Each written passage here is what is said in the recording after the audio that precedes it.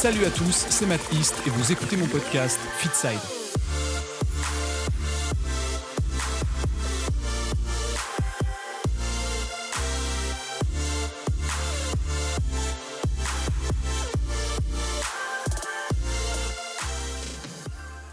Bonjour et bienvenue pour ce 6e épisode de Fitside, le podcast qui traite de nutrition, de sport et de santé.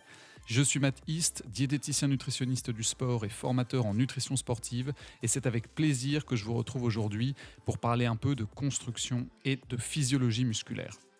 Mais avant de commencer, je voulais vous remercier à nouveau. On a déjà dépassé la barre des 300 écoutes, c'est beaucoup plus que ce que j'aurais imaginé pour un lancement.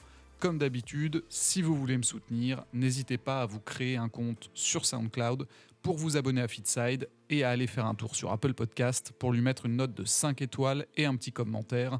Ça m'aidera beaucoup à gagner en visibilité. Sinon, comme d'habitude, tous les épisodes sont bien évidemment disponibles sur YouTube et Spotify. Alors, comme je vous le disais en introduction, dans cet épisode, on va chercher à comprendre la raison pour laquelle le corps augmente la taille des muscles et surtout de quelle manière il s'y prend. Mais avant de parler de ça, on pourrait attaquer le sujet sous un angle différent. Pourquoi est-ce que c'est si difficile pour le corps de construire du muscle au quotidien ? Pourquoi est-ce qu'il ne le fait pas chaque jour de notre vie, pendant qu'on dort par exemple, dans le but de nous rendre simplement plus forts le lendemain ? Eh bien tout simplement parce que ça n'a jamais été son but premier. Le seul intérêt du corps, c'est que vous surviviez et donc, par extension évidemment, que l'être humain continue d'exister. Et de quoi l'être humain a besoin pour continuer d'exister ? Eh bien, de boire, de manger, de dormir, et même si on l'oublie souvent, d'avoir un système immunitaire qui lui permet quand même de combattre toutes les agressions qu'il subit au quotidien. Et évidemment, augmenter votre masse musculaire ou vous rendre plus fort de manière, on va dire, gratuite, ne fait clairement pas partie de ses priorités. Heureusement pour nous, tout n'est pas complètement noir dans ce tableau. Même si le corps a ses priorités, il est bien évidemment capable de s'adapter aux efforts physiques qu'on lui impose. Dans un premier temps, en augmentant l'oxygène et la quantité de nutriments qui arrivent aux muscles et en produisant des hormones un peu spécifiques comme les endorphines, la dopamine, le glucagon ou le cortisol par exemple. Puis sur le long terme, en adaptant sa génétique musculaire en quelque sorte, de manière plus profonde. Et c'est plutôt cette étape-là qui va permettre d'éventuelles modifications de taille au niveau des muscles.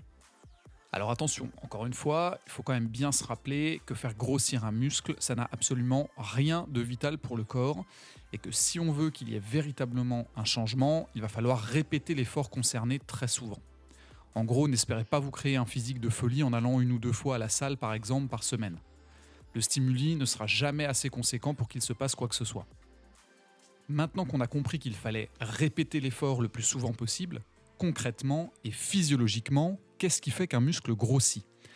Eh bien la réponse se cache en fait sous 2 termes que vous êtes nombreux à connaître, l'anabolisme et le catabolisme musculaire. Pour ceux qui ne seraient pas complètement à l'aise avec ces 2 notions, l'anabolisme, c'est en quelque sorte la phase durant laquelle le corps se construit musculairement quand vous êtes au repos, et le catabolisme, celle durant laquelle il détruit son muscle. En général, quand vous vous entraînez, et donc vous enchaînez des phases de contraction et de décontraction musculaire. Ça, c'est pour la vision un peu large de la chose. Mais au sein du muscle plus particulièrement, comment ça se passe ? Alors on a longtemps cru que prendre du muscle ou de la force, ça avait un lien direct avec le taux de testostérone et d'hormones de croissance. On peut d'ailleurs encore le lire un peu partout sur Internet ou dans certains livres. En fait, le phénomène est beaucoup plus localisé que ça. Dans le muscle, après un effort, on a 3 éléments qui sont responsables localement d'une augmentation de la taille musculaire. On a d'abord une enzyme qu'on appelle mTOR et qui a pour rôle de construire de nouvelles cellules dans le muscle. Et puis on a l'IGF-1 qui est un dérivé de l'hormone de croissance et qui devient anabolique, c'est-à-dire capable de construire du muscle, lorsqu'il est associé à un autre élément, le MGF, qui est lui un facteur de croissance mécanique cette fois. Et honnêtement, si on en avait un seul à retenir quand on parle de construction musculaire, ce serait bien celui-là, ce fameux MGF, puisqu'on sait aujourd'hui que c'est lui qui semble être le plus efficace pour construire du muscle.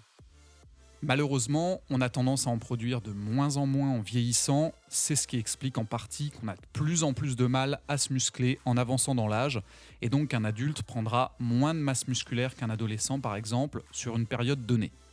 Donc clairement, si vous avez la trentaine ou la quarantaine passée, ne vous énervez pas en voyant les résultats de quelqu'un qui en aurait 20. Pour vous, ça va être nettement plus long et rien d'anormal à ça, vous pouvez maintenant le comprendre. Pour ceux qui en revanche auraient encore moins de 25 ans, allez-y, foncez, vous êtes dans la meilleure période physiologique pour prendre du muscle. Voilà, j'espère que vous en savez maintenant davantage sur la façon dont le corps se construit et s'adapte musculairement. N'oubliez pas de vous abonner au podcast sur Apple Podcast, sur SoundCloud ou sur ma chaîne YouTube Matt East. C'est très important pour que vous puissiez être notifié des nouveaux épisodes qui sortent. Vous pouvez également me suivre sur Instagram Matt East Fitness, tout attaché et en minuscule. Je mets un nouveau post à chaque fois qu'un épisode sort. Merci à tous d'avoir écouté cet épisode de FitSide. N'hésitez pas à me faire part de vos commentaires, de vos suggestions et de vos questions sous le podcast, quelle que soit la plateforme, que ce soit SoundCloud, iTunes Podcast, Spotify, YouTube. Pensez également à laisser un commentaire, à le noter, ça c'est super important, et à le partager si ça vous a plu. Il n'y a que comme ça qu'il pourra gagner en visibilité. À la semaine prochaine, salut à tous.